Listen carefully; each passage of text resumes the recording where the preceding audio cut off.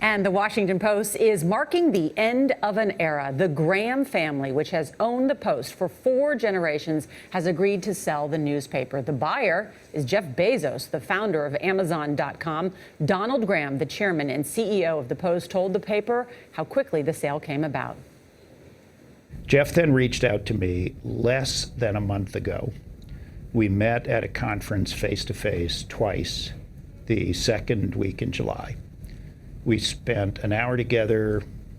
He asked for time to study the numbers. We then spent another 2 hours together. And at the end of it, he said that he thought he wanted to go ahead, but he and his team needed time to really look over the business and understand it more thoroughly. And then he did, and we quickly reached a deal. Bezos will pay $250 million in cash for the Washington Post.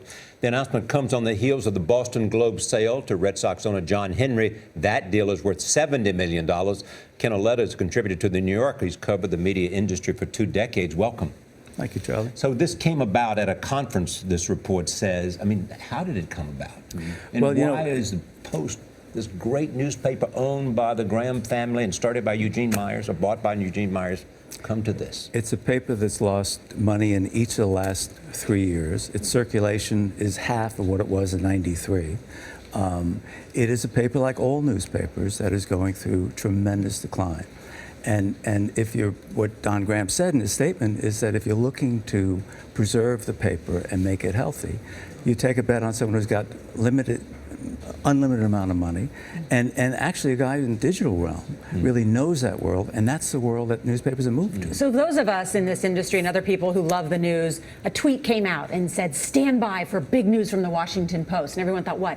Then it was announced they're being bought by Jeff Bezos of Amazon fame, and people said, what?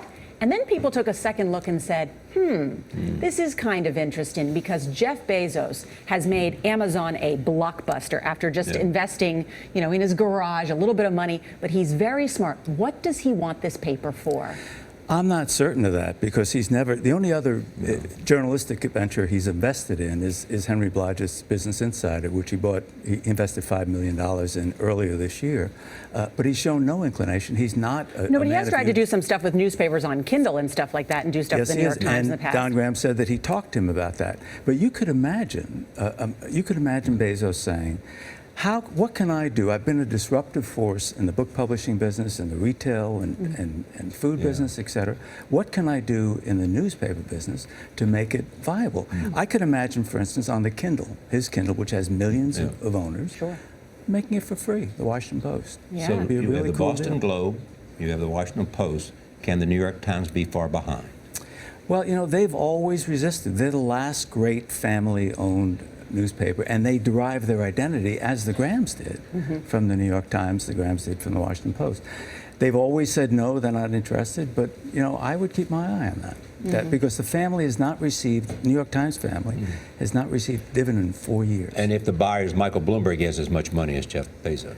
Yeah, it's pocket change. And the truth is, you could feel very good about it, but it also is something where Bezos has real interest in Washington. Patent law, antitrust law, taxes. And now he has a powerful vehicle for that. Well, potentially, that's the danger, though. That's the downside of this. Well, I mean, on the editorial pages. No, but you have it on the editorial page, but then the question is, if the reader's reading a paper and he says, wait, does this story serve the interests of Jeff Bezos and Amazon, or does it serve my interests as a reader? The same in Boston.